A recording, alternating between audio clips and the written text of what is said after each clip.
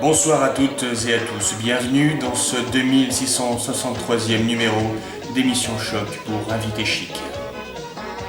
Émission Choc, émission Choc, émission Choc, émission Choc, Invité Chic. Guilhem Papinou, bonsoir. Vous avez 45 ans, vous êtes agriculteur dans l'Ondaine, près du Nieu. Vous vous définissez comme un travailleur, un homme de la terre, un brut vrai, mais qui sait être coquin quand la vie le permet.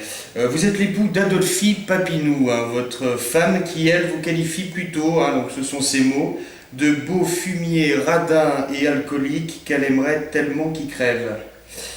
Alors, vous êtes là suite à votre témoignage, on peut même parler de révélations, vos révélations. Je suis là pour ce que je voulais dire l'autre jour, en fait.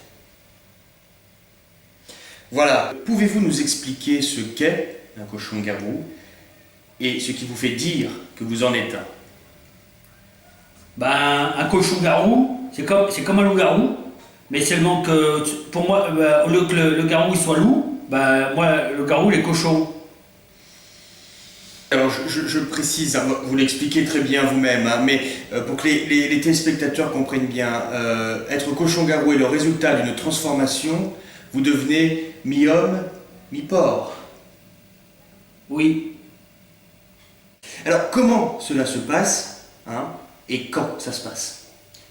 En fait, c'est quand le soir, je rentre des champs, j'ai fini de nourrir les bêtes, et puis là, je rentre à la maison, et puis là, j'enlève les bottes, et puis là, j'aime bien m'ouvrir une petite bouteille, quoi.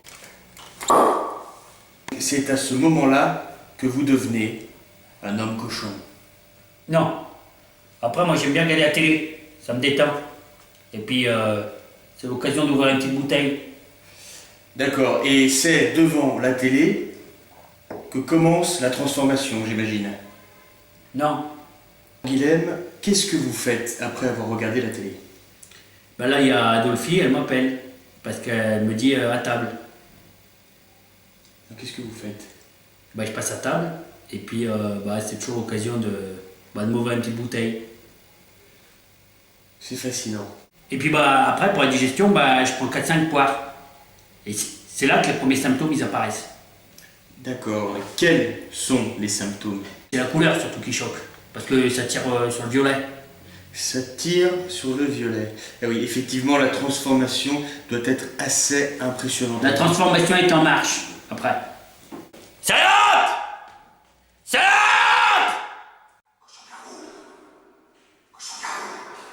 Salope!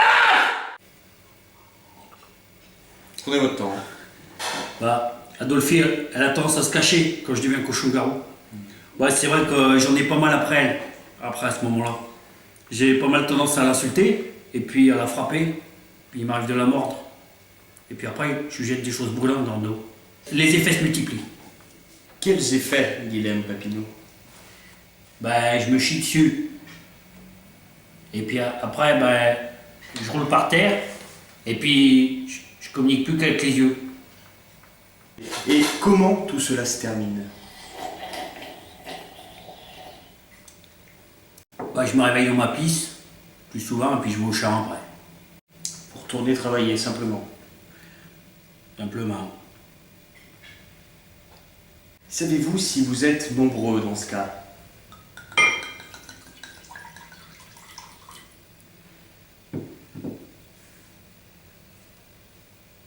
Vas-y, je vous en prie, Savez-vous, Guilhem, si vous êtes nombreux dans ce cas? Il permet? Bien sûr. Permet? Vas-y, Guilhem. Alors, savez-vous si vous êtes nombreux dans ce cas? Oh la salope! Bien.